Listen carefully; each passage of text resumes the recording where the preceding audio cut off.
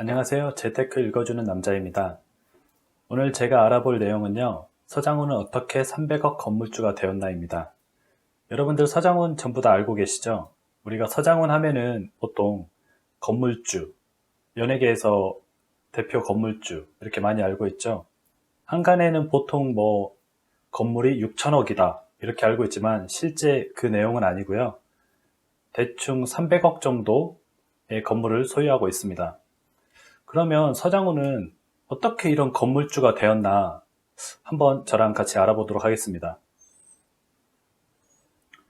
일단 서장훈 씨가 소유하고 있는 대표적인 건물은 양재동에 있어요. 양재역 사거리 바로 있는 부분인데요. 우리가 이 건물을 지금 현 시세는 220억 정도로 보고 있습니다. 이게 작년 기준이기 때문에 올해는 더 많이 올랐을 수도 있어요. 그러면 서장훈은 어떻게 이렇게 비싼 건물을 살 수 있었을까요? 많은 사람들이 농구 국가대표를 했기 때문에 돈이 많아서 산 거 아니야? 라고 생각을 하실 수가 있어요. 저도 처음에는 그렇게 생각을 했고요. 근데 실제는 내용이 아주 다릅니다. 서장훈이 구입한 이 양재동의 건물은요. 일단 주소를 한번 볼게요. 서초동 1366-7번지 흔히 말하는 이름이 다보빌딩이에요. 이 다보빌딩은 양재역 2번 출구 앞에 있고요. 현재는 의원, 치과, 사무실 등이 입점해 있습니다. 이 건물을 서장훈 씨가 처음 산 건 1999년도에부터 관심을 가지고 있다가 2000년도에 매입을 했어요. 2000년도에 매입을 하면서 총 28억 1700만 원이 소요됐습니다. 그러면 28억 1700만 원을 어떻게 마련한 것이냐? 현찰 28억을 주고 샀을까요? 절대 아니죠. 보면은 일단 대출 20억을 받습니다. 그러면 8억 정도가 필요하죠. 이 건물에 월 임대료와 보증금이 있을 거 아니에요. 그래서 보증금 5억을 또 대체를 합니다. 세입자들이 낸 보증금이 있죠. 25억이 마련됐네요. 서장훈 씨가 총 지출한 비용은 본인 투자금 3억이에요. 3억으로 이 양재동에 28억짜리 건물을 IMF가 끝나고 매입을 한 거죠. 대부분의 사람들은 3억 정도는 나도 굴릴 수 있는 자금인데 하시는 분들이 꽤 많이 있을 거예요. 최근 부동산으로 돈을 버신 분들도 많이 있고, 또는 30대, 40대 정도 되면은 보통 마이너스 통장이라든지 그런 걸 활용해서 3억까지는 나도 3억 정도는 융통할 수 있는데 라는 분이 많이 계실 거예요. 그렇게 해서 이 3억으로 이 건물을 매입한 건데 실제로는 조금 더 들어갔죠. 왜 그러냐면 취등록세가 거의 2억 가까이 나왔죠. 그래서 본인 투자금이 3억 플러스 취등록세 2억 해서 5억이 들어갔다고 볼 수 있겠습니다. 현재 이 건물의 시세를 아까 제가 220억이라고 말씀드렸는데 그거는 다른 분들이 하시는 말씀이고, 이 건물의 가장 큰 장점은 전광판이 맨 위에 있어요. 이 전광판에서 월 수익이 1억 정도 나옵니다. 이 전광판에 한번 업체를 등록을 하려면은 1200만 원 정도를 내면은 등록을 할 수 있다고 해요. 근데 한 1억 정도 받는다고 하니까 한 7개, 8개 업체 정도가 등록이 되어 있겠죠.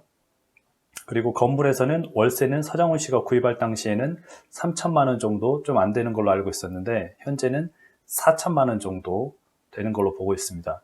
그러면 이 건물에서만 총 1억 4천만 원의 월세 수입이 발생하게 되는 거죠. 그리고 또한 서장훈 씨는 착한 건물주로도 많이 알려져 있죠. 그 말은 월세를 다른 건물보다 낮게 받고 있어요. 그러면 이 건물의 보통 월세 시세는 주변 건물과 비교를 해보면 알 수 있는데요.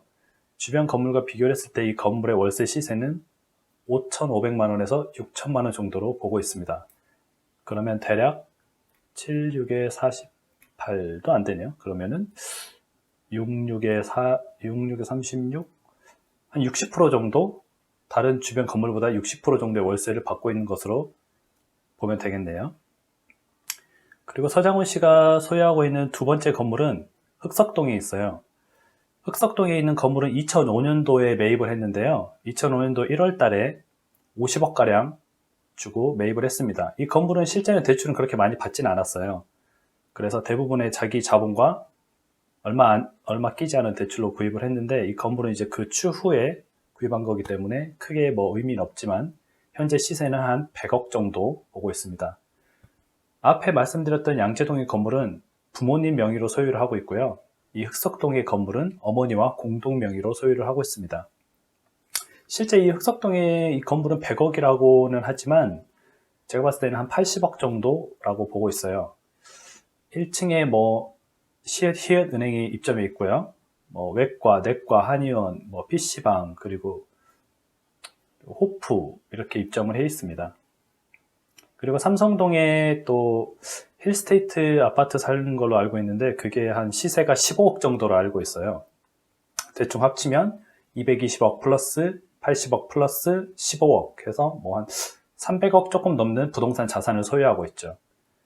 서장훈 씨 같은 경우에는 뭐 지금도 워낙 방송 활동을 많이 하고 있기 때문에 이런 돈이 아깝진 않을 거예요.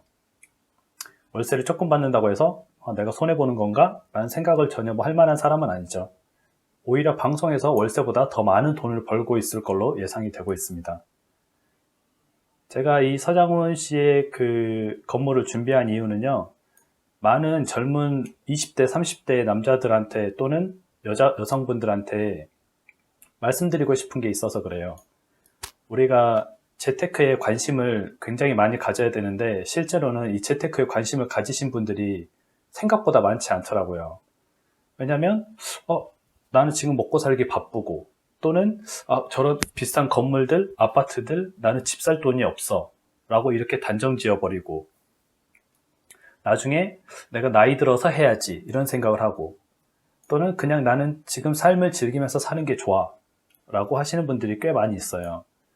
그런데 재테크에 관심을 나중에 되면 이제 나이가 들면서 점차 가지게 될 건데 미리부터 가져두는 게 좋아요. 그래서 건물이든 아파트든 빌라든 오피스텔이든 땅이든 아니면 주식이든 뭐 환율이든 채권이든 본인이 맞는 분야가 있어요.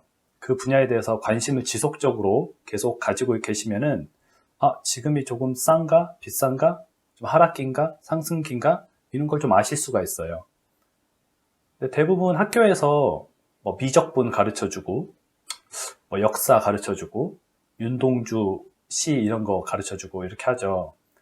근데 그게 실제 사회에 나와서 보면 너무 쓸모가 없어요. 실제 우리한테 필요한 거는 뭐 금리 관계라든지 무역, 지금 하고 있는 뭐 중국과 미국의 무역 관계 또는 세계 정세, 환율이 어떤 영향을 미치는지 금리가 어떤 전체적인 영향을 미치는지 그런 것들이 굉장히 중요한데 실제 그런 것들을 가르쳐 주지도 않았고 학교에서 그런 거에 관심을 가진 사람들도 많이 없어요.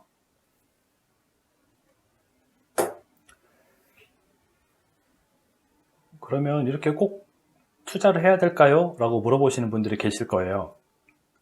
물론 투자는 해야 됩니다. 투자를 해야 좀 더 나은 삶을 영위할 수가 있죠. 그래야 뭐 더 베풀고 살 수도 있고 내가 더 누릴 수도 있고 사고 싶은 것도 살 수 있고 좋은 차도 타고 좋은 집에 살고 부모님들 뭐 해외여행도 보내드릴 수 있고 또는 다른 사람들한테 아쉬운 소리를 안 할 수 있는 거죠. 우린 누구나 다 아끼면서 살잖아요. 그쵸? 마트 가서 조금 더 싼 거 아니면은 홈플러스 아니면은 뭐 롯데마트 이런 데 가서 원 플러스 원을 찾기도 하고 그런데 그렇게 조금 아껴서 또는 저축해서 그런 사람들이 잘 사는 사회가 정상인데 실제 삶은 그렇지 않아요. 그렇게 열심히 아끼고 잘 사는 사람들은 피해보고 뒤처지고 더 서민의 위치에서 살게 되고 오히려 뭐 투기하고 그런 분들이 더 잘 사는 세상이 되어버렸죠. 그러면 이 세상을 원망하기보다 어떻게 하면 나도 잘 살 수 있을까라는 생각을 해보는 게 좋을 것 같아요.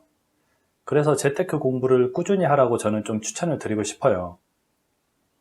본인에 맞는 재테크를 어차피 평생 해야 되기 때문에 조금씩 공부하게 되보면 금리가 전 세계 경제에 어떤 영향을 미치는구나. 환율이 나에게 어떤 영향을 미치는구나. 또는 부동산 가격, 정부 정책, 뭐 대통령의 그런 방향, 정부의 방향 이런 걸 알고 있으면 투자하기가 훨씬 더 수월합니다. 그냥 남의 말만 듣고 주식을 사서 이게 왜 안 오르지 떨어지면 큰일 났네 팔아야지 이렇게 하는 것보다 본인이 스스로 경제 공부를 하고 재테크 공부를 하는 게 굉장히 중요하다고 생각을 해요. 그래서 저랑 같이 앞으로 재테크 공부를 하면서 다들 부자가 되는 그날까지 여러분들과 함께 하겠습니다. 네, 오늘은 첫 편이라서 간단하게 준비를 해봤고요. 두 번째는 곧 있을 국가 부도에 대해서 한번 얘기를 해보도록 할게요. 물론 저도 국가 부도가 오길 바라는 사람은 아니에요. 하지만 온다면 대비를 해야겠죠. 자, 다음에 다시 만나요.